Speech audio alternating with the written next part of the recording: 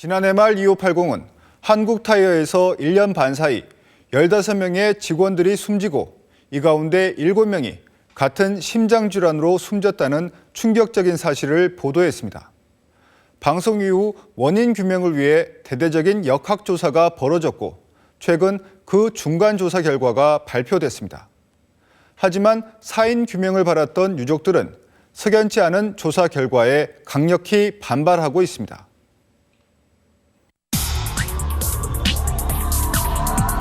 사망했습니다. 타인은 심근경색이었습니다. 역시 심근경색으로 숨졌습니다. 첫 방송 이후 시청자들이 한국타이어 불매운동까지 벌이는 등 파장이 적지 않자 관계 당국이 역학조사에 나섰습니다. 하지만 현장 조사 방법이 평소 작업 환경이 열악한지 여부를 밝혀내기에 부적절하다는 제보가 잇따랐습니다.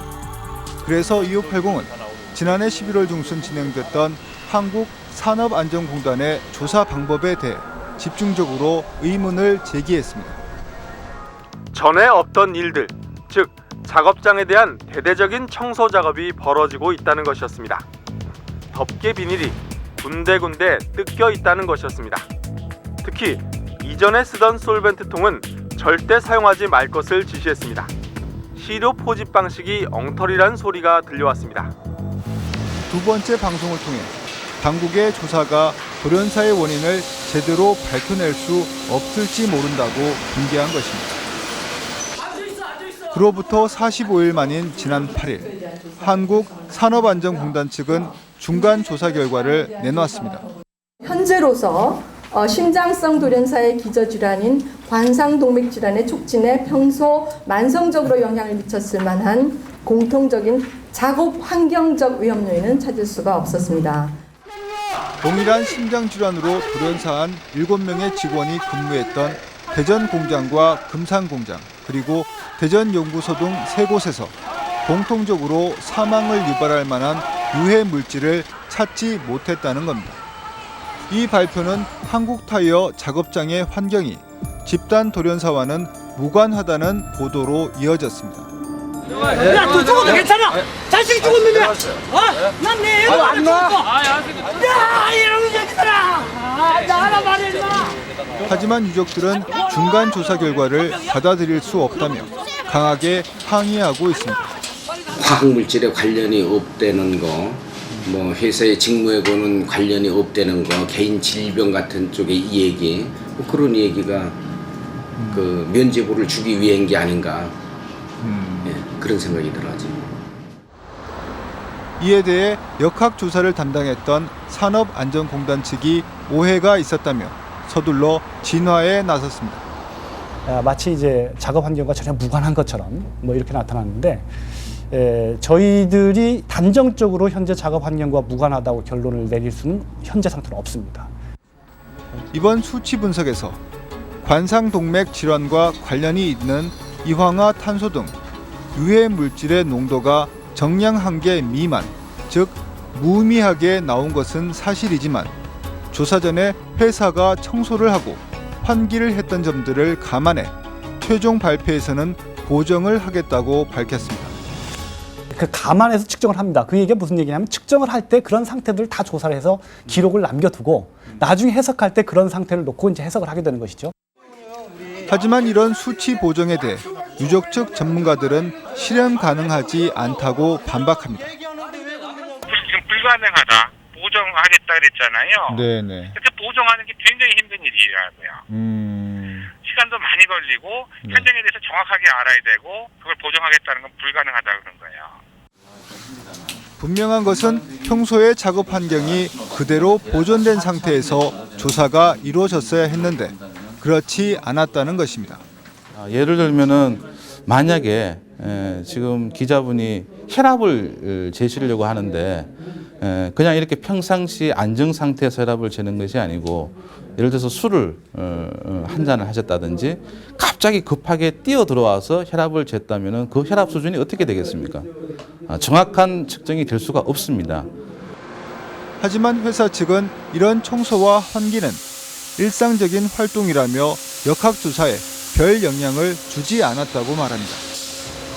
이번에 그 극조사 결과가 그 현장이 그때 당시의 결과만을 가지고 측정한 게 아니라 과거의 그 작업 환경 측정 결과까지 같이 감안해서 한 거기 때문에 그때 청소를 한번 했다 그래서 결과에 어떤 큰 영향을 미치는 것은 아니라고. 회사 측은 또 환경 개선을 위해 다양하게 노력하고 있다고 주장합니다. 사원들의 건강관리를 위해서는 그동안 산재되어 있던 여러 측정기관이나 의료기관을 제외하고 대전에 있는 을지대학병원 한 군데를 딱 정해서 그 사람이 작업이 어디서 어떤 근무를 하다가 어떤 병 얻었는지를 그 히스토리를 보면 추적이 가능하도록 하기 위해서 그렇게 지금 을지대학병원하고 계약을 체결했습니다. 산업안전공단의 이번 발표에서 눈에 띄는 부분은 지난 2006년 한국타이어의 심장질환 사망률이 한국 국민 전체의 사망률에 비해 5.6배나 높았다는 통계 수치입니다. 미국의 한 의학저널이 1995년부터 2003년까지 미국 타이어 회사의 심장질환 사망률을 조사한 결과가 0.6이었다는 것과 비교해보면 거의 10배에 육박하는 수치입니다. 이 말은 일반 국민이 심장질환으로 10명 사망할 때 미국 타이어 회사는 6명이 사망하는 데 비해 한국 타이어는 56명이 사망한다는 의미입니다.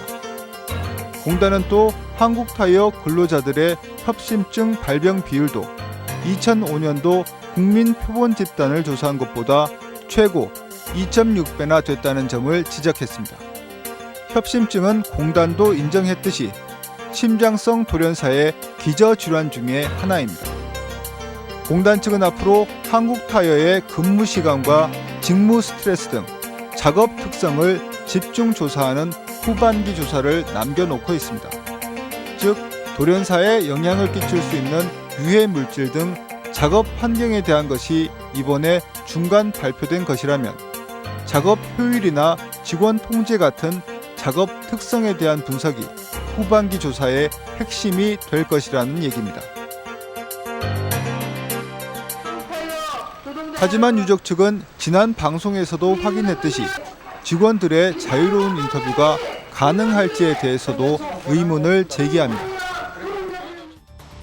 동료들의 사망과 관련해 인터뷰를 시도했지만 번번이 거절당했습니다. 질문도 하기 전에 취재팀이라는 말만 듣고도 자리를 피했습니다. 혹시 본사에서 서울 본사 스파이 온 사람 아닐 그런 생각을 했거든요. 기자라고 하고 스파이로 오신 분도 아닐까 이런 생각까지 좀 했습니다.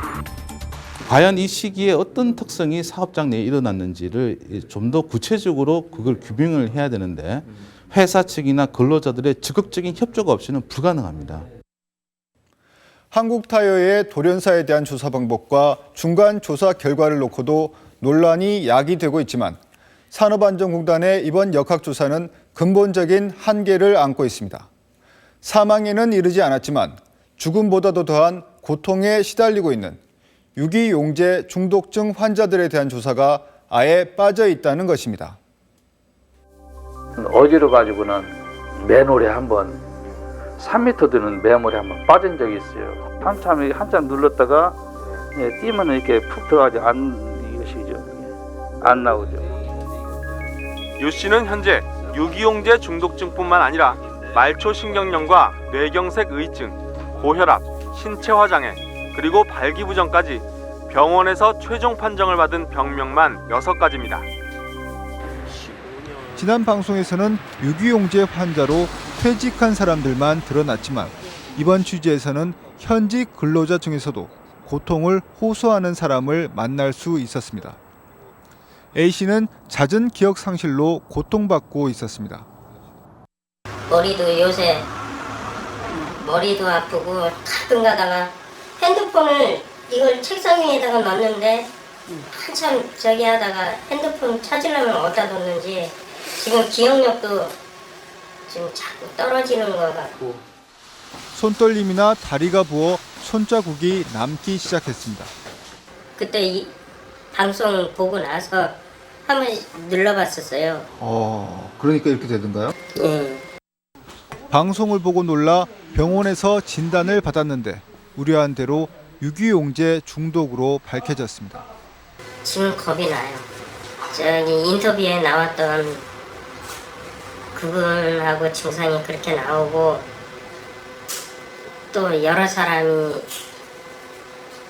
그렇게 저기 해서 또 심장 쪽으로 해가지고 그렇게 사망하는 그런 것도 몇 번 보고 그러니까 지금 제가 제일 가차에 가 있는 그런 느낌도 들고요. 이번 한국타이어 근로자들의 잇따른 사망사고는 이제 이달 말 최종 조사 결과 발표를 앞두고 있습니다.